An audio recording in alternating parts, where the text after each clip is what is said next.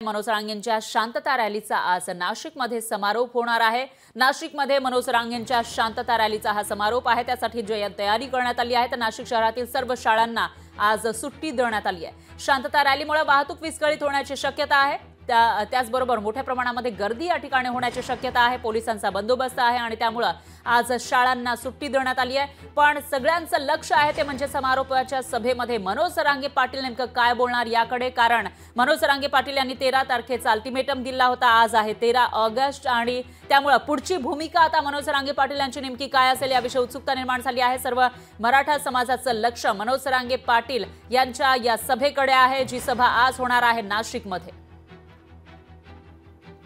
आणि याविषयी अधिक माहितीसाठी आपले प्रतिनिधी महेश महाले हे थेट नाशिकमधून आपल्यासोबत जोडले गेले आहेत।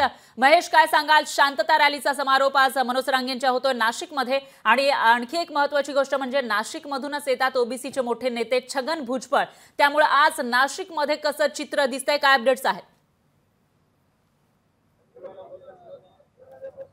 अगदी खरंय खरं तर मनोज रांगे पाटील यांनी मराठा समाजाला आरक्षण मिळावे यासाठी शांतता प्रिय रॅली काढलेली आहे आणि हिचा जो समारोप आहे तो नाशिकमध्ये होणार आहे। त्या पार्श्वभूमीवर जर बघितलं तर मनोज रांगे यांच्या सभेची जी आहे ती जय्यत तयारी या ठिकाणी करण्यात आलेली, मोठ्या संख्येने मराठा समाज बांधव या ठिकाणी जमणार आहे।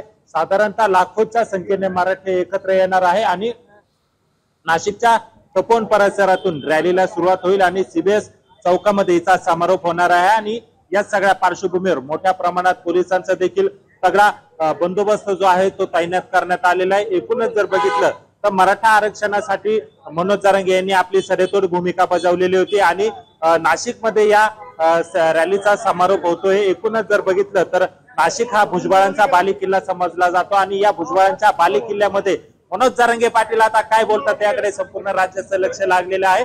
मनोज रांगे पाटील या सभेच्या माध्यमातून भुजबळांवर काय टीका करता हे देखील पाहणं तितकंच महत्वाचं ठरणार आहे। तर दुसरीकडे जर बघितलं तर सुरक्षेच्या कारणास्तव भुजबळ यांच्या निवासस्थानाबाहेर पोलिसांचा देखील अतिरिक्त बंदोबस्त जो आहे तो तैनात करण्यात आलेला आहे आणि यामुळे खरं तर आता पोलीस जे आहे ते या ठिकाणी मोठ्या प्रमाणात दाखल झालेले आहे। मोठ्या संख्येने पोलिसांचा जो फौजफाटा आहे तो या रॅलीच्या दरम्यान असणार आहे। जवळपास जिल्ह्यातनं 5 लाखांच्या वर मराठे हे एकत्र येणार असून या रॅलीमध्ये सहभागी होणार आहे आणि थोड्याच वेळात मनोज रांगे पाटील यांच्या उपस्थितीमध्ये या रॅलीला सुरुवात होईल आणि नाशिकच्या तपोवनापासून तर सीबीएस पर्यंत ही रॅली होईल आणि शांत सभा या ठिकाणी होणार आहे। त्यामुळे आजच्या या सभेतनं मनोज रांगे पाटील नेमकी आपली काय भूमिका मांडतात याकडे सर्वांचं लक्ष लागलेलं आहे। निश्चितच महेश, या सभेची अपडेट आपण तुमच्याकडून घेत राहूया, रॅलीची अपडेटही आपण घेऊया। दरम्यान धन्यवाद तुम्ही दिलेल्या या सविस्तर माहितीसाठी।